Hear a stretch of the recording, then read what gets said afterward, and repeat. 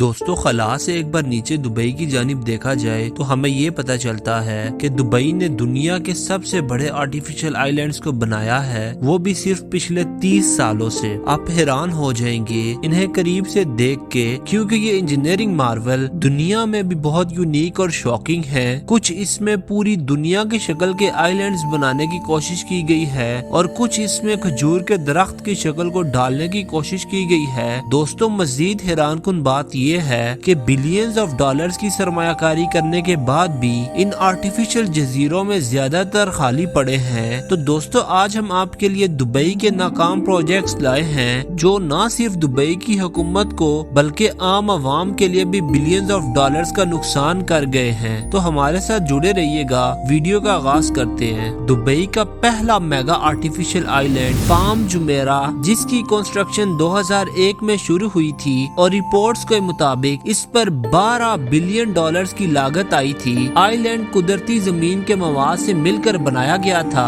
دوستو اس آئی لینڈ کے لیے اگر کاؤنٹ کیا جائے تو 3 billion 200 million cubic feet of sand کو خلیجی فارس سے نکال کر اس آئی لینڈ پر سپرے کیا گیا تھا۔ یہ اس طرح سپرے کیا گیا کہ ایک کھجور کی شکل جیسا جزیرہ بنے۔ اس کے لگ بھگ 5 سال بعد لوگ اس آئی لینڈ میں منتقل ہونا شروع کرنے لگے۔ ابھی تک کی بات کی جائے تو ایک ایسٹیمیٹ کے مطابق 12,000 سے زیادہ افراد اس آئی لینڈ پر رہتے ہیں۔ لیکن دوستو 2010 میں ایک کمپنی جس کا نام پینگوئن مرینا تھا اور جس کا کام مٹیریل کی نقل و حمل تھا اس آئی لینڈز میں، اس نے کلیم کیا کہ جو مٹی یہ سمندر کی تہہ سے نکالتے تھے وہ واپس سمندر میں آہستہ آہستہ ڈوب رہی ہے۔ یہ ڈوبنے کی خبریں پام جمیرہ میں بھی گردش کرنے لگی، لیکن اس کا زیادہ اثر پام جمیرہ پر کم بلکہ دبئی کے نئے پروجیکٹ ورلڈ آئی لینڈز پر زیادہ تھا۔ یہ منصوبہ 2003 میں شروع ہوا۔ اس کے ڈیزائن کی بات کریں تو اس ورلڈ آئی لینڈز کے 7 قسم کے جزیرے تھے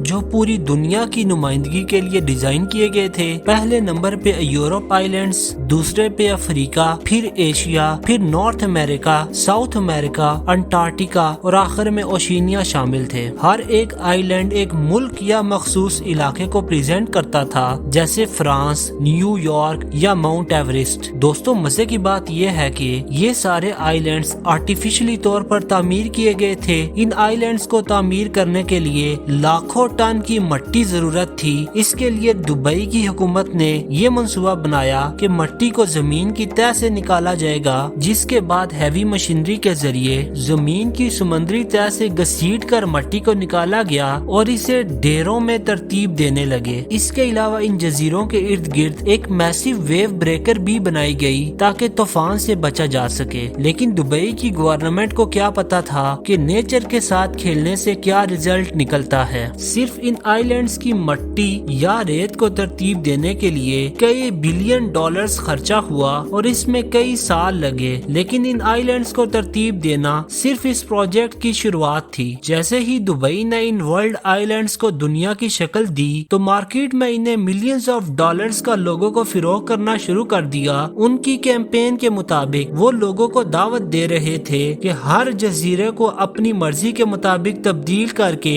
اس پر کنسٹرکشن کریں اور اسے اپنی مرضی سے ڈھال دیں۔ ان میں اکثریت جزیرے ملٹی بلین ڈالر کمپنیز اور امیر لوگوں کو بیچ دیے گئے۔ یہاں تک منصوبہ بن گیا تھا کہ نارتھ امریکہ اور یورپ کے جزیروں کو لگژری ریزورٹس میں بنایا جائے گا۔ ایک میسیو میگا ہوٹل شنگھائی میں بنایا جائے گا۔ اس کے ساتھ سائبیریا میں ایک فلاح و بہبود کا میگا سینٹر بھی بنایا جائے گا، اور تو اور آئرلینڈ کے جزیرے میں ایک بڑا سرائے بھی بنایا جائے گا۔ لیکن حیران کن بات یہ ہے کہ ان سب منصوبوں میں سے کوئی بھی ابھی تک تکمیل نہیں کر سکا۔ ان کے بعد وہ شروع ہوا جو دبئی کے شیخ کے ذہن و گمان میں بھی نہیں ہوگا۔ دوستو یہ سیٹلائٹ امیجز ہیں اس جزیرے کی جب یہ بنایا گیا تھا، اور یہ والی سیٹلائٹ امیجز وہ ہیں جب اس پر کنسٹرکشن کا کام شروع ہونے والا تھا۔ اس میں حیران کن تبدیلی آپ دیکھ سکتے ہیں کیونکہ بہت سارے آئی لینڈز آہستہ آہستہ واپس پانی میں ڈوب رہے ہیں۔ دبئی کی حکومت نے اسے تردید کر دیا ہے، لیکن سیٹلائٹ امیجز تو کچھ اور ہی کہہ رہی ہیں۔ اس کے ساتھ دوستو